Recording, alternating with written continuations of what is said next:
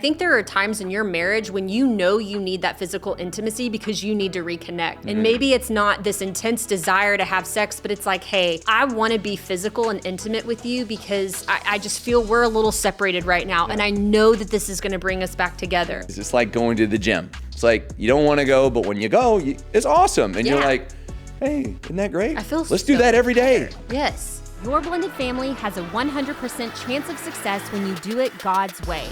We are Blended Kingdom Families, and we want to provide biblical resources to heal and restore families with a message of hope for the next generation.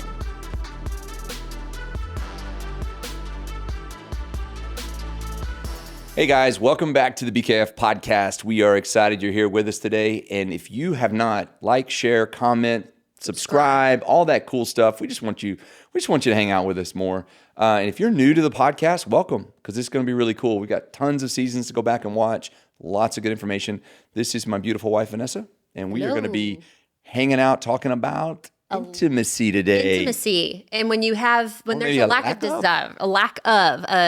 lack of desire, so to speak, to have physical, sexual intimacy in your marriage. Did you like how I said that? Sexual. I just think it's funny sometimes because it is, this is commonality is it's like going to the gym. It's like you don't want to go, but when you go, it's awesome. And you're like, hey, isn't that great? Let's do that every day. Yes. Yes, absolutely. Well, and this is something that a lot of couples deal with. We coach and we counsel couples from all over the world, and intimacy is one of those regular things that comes up. Yeah. And depending on what season of life you're in, it can be really hard. Yeah. And I think a lot of couples or spouses feel that there's something wrong with them. Yeah. And that their spouse doesn't want to have sex with them because it's something that they've done, it's something that they said, or maybe out of punishment that this is going on. And we just really want to bring some,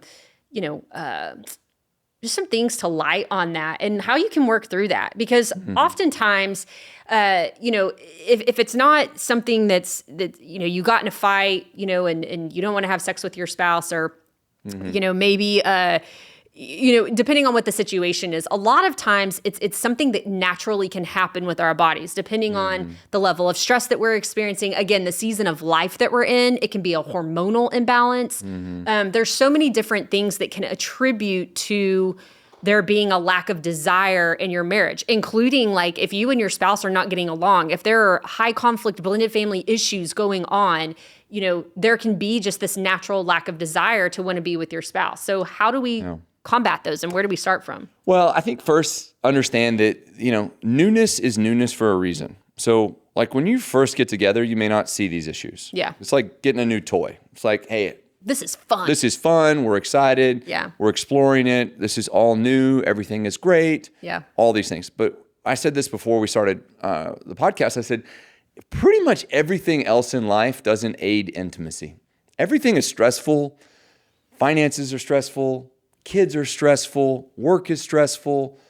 Yeah. Everything we have doesn't feed intimacy.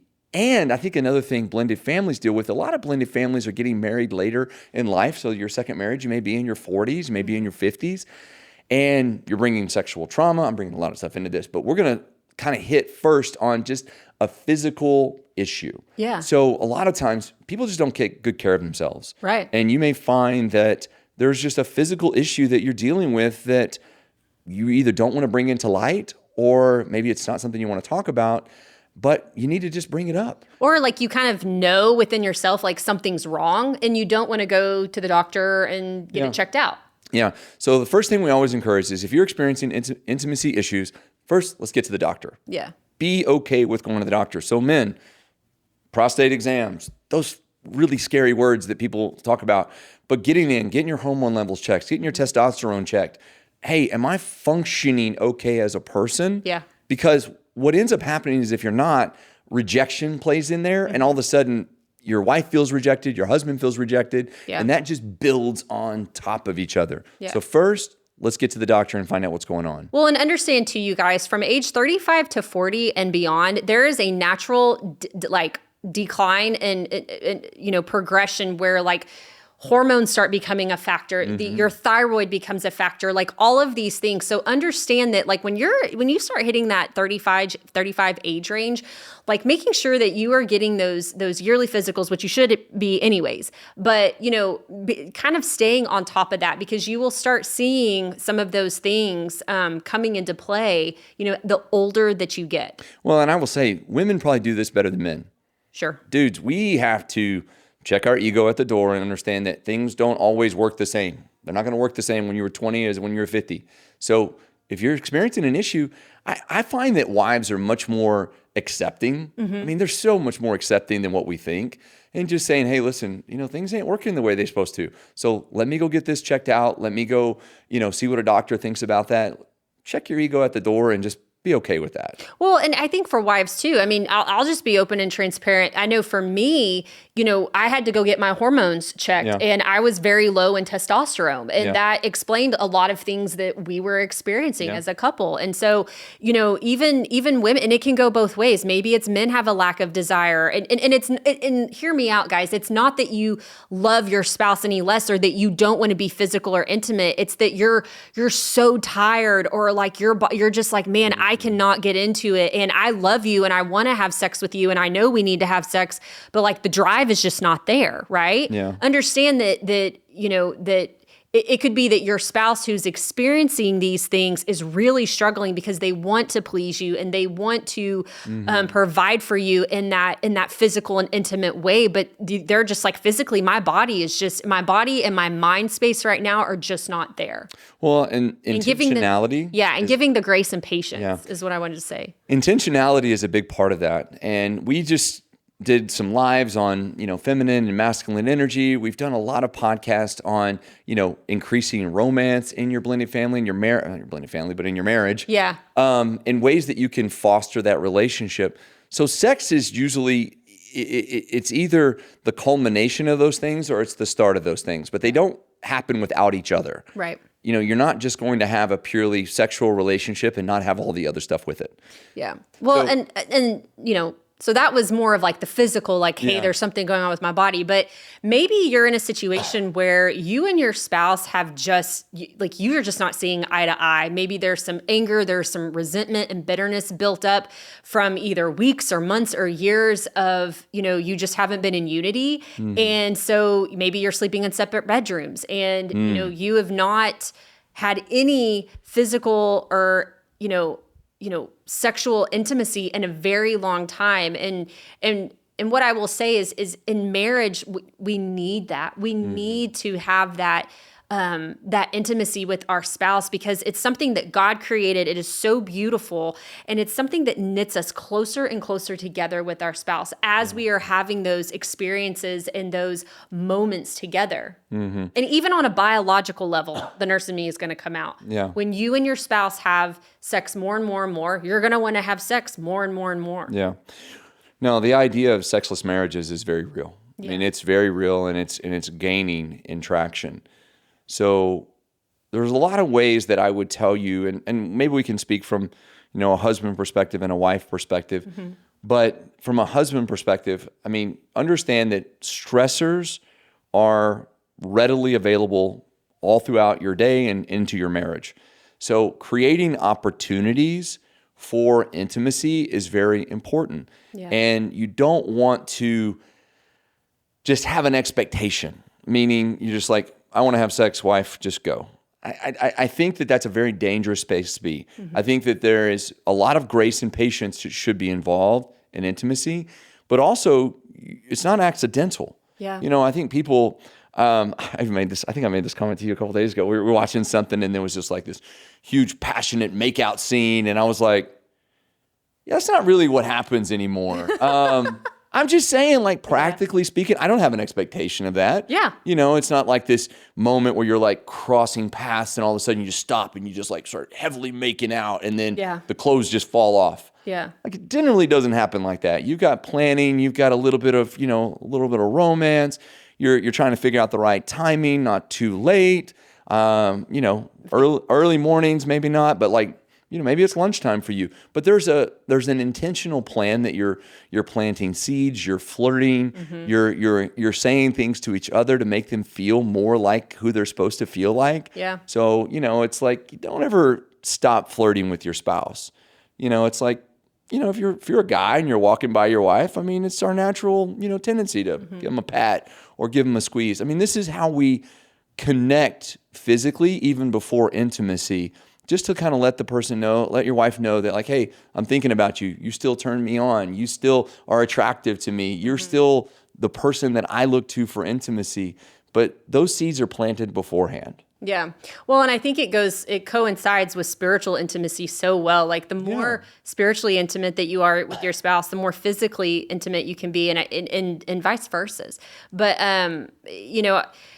you're absolutely right. I think that if you are in that season where there's a drought, so to speak, and you're like, man, there is such a huge lack of desire and we're just not seeing eye to eye. And because of that, like you have no desire to be with your spouse. I would say first, like, take that to the Father, like, and just, God, what is this about? What is within me? What is going on in my heart? Why is that desire not there? Let God and let the Holy Spirit lead and guide and show you what that is. Start with forgiveness, asking forgiveness of self, forgiveness of your spouse. If we cannot communicate on an intimate level, getting to that physical intimacy is going to be really hard. So being able to communicate your heart and what it is that you're struggling with. And if you guys have been at odds, getting to a place of trust and stability and unity and peace with your spouse is so important. And then from there, you can really trust one another in that sexual and physical intimacy, because without the trust, it's really hard to have that passion and that desire and that want to be with your spouse. So if there's a lot of defensiveness, criticalness, judgment in your marriage, your spouse may not feel safe with you in an emotional way that allows them to be free and open to having those sexual and physical experiences with you. So again, going to God and asking him, like, is there anything that I've said and done that is preventing me and or my spouse from wanting to engage in physical intimacy that is going to bring us closer together? Because the enemy will use this as a wedge, all of that as a wedge to drive you and your spouse further and further apart.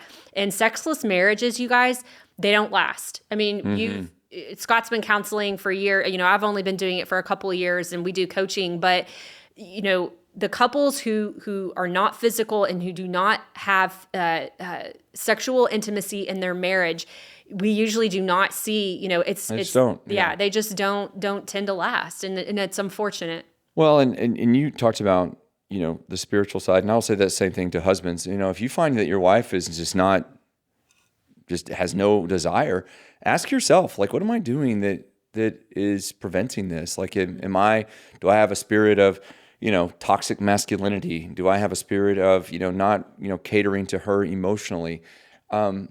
There's a nice bridge that starts to open up when you start relinquishing control, start understanding, that maybe you haven't done everything correctly and you want to change.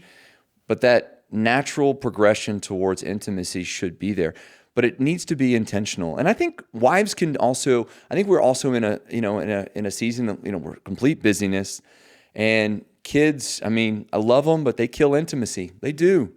And wives struggle in that area because it's like you have so many things you have to get done. Yeah. And it's like, oh yeah, by the way, I have this, man-child of a husband that wants to have sex. And how am I going to do that? Yeah. So how do wives physically kind of, I don't know, in my brain, I'm like, how do you prepare? How do you go about those steps to ensure that you're not the one who's, turning that down? Or I know we talk a lot about, wives initiating sex. How would you encourage women in that area? Yeah, I don't know. And every person is different. So I think for women, there's so many different things that we're juggling in our minds. Guys are great about compartmentalizing. They talk about the male brain being more of like the waffle, like you have the little spots, little holes, that you can put things into. It's a beautiful way to live. Oh, well, for women, our brains are compared to like that of spaghetti, like they're noodles, and it's just all coinciding together, right? And so for women, I don't know, for some people they can prepare, and for some it's not. I know for me personally, I'm not thinking about it throughout the day like you are. And we've even had these open and honest conversations. You're like, why don't you think about that? And I'm like, because I have a million other things that I'm thinking about. I have school, I have the boys, I have the ministry, we have our other businesses and counseling. And so, for me, it's getting to a place at home when I can walk in, and this is just me personally, but I think when I can walk in and I see that, the house is taken care of, the boys are good, and like I can just breathe and relax for a minute and get rid of the busyness in my mind.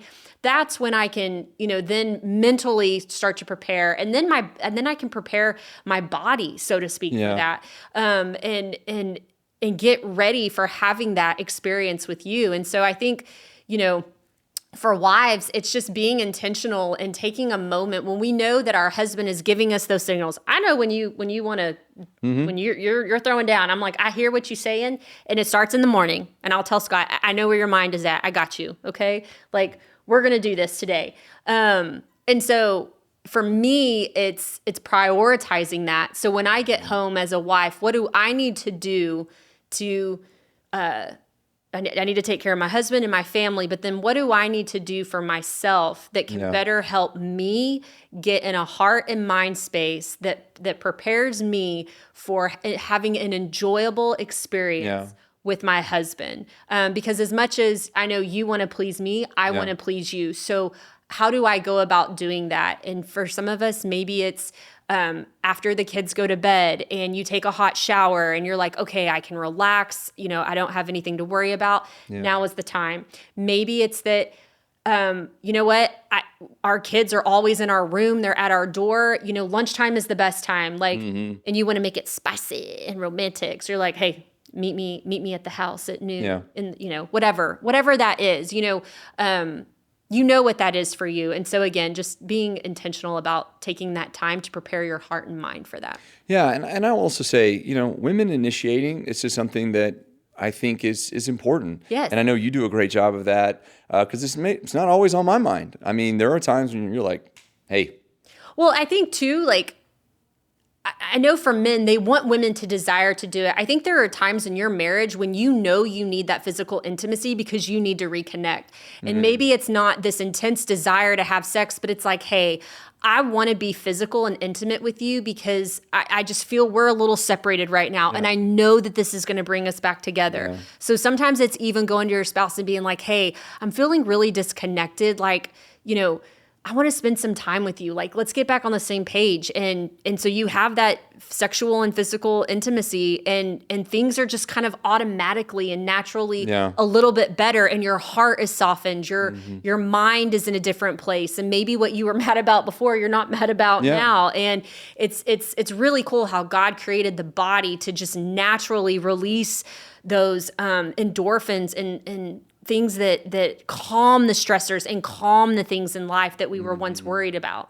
Yeah. Well, I know that there's a lot of stress out there. And in blended families, there's more than most.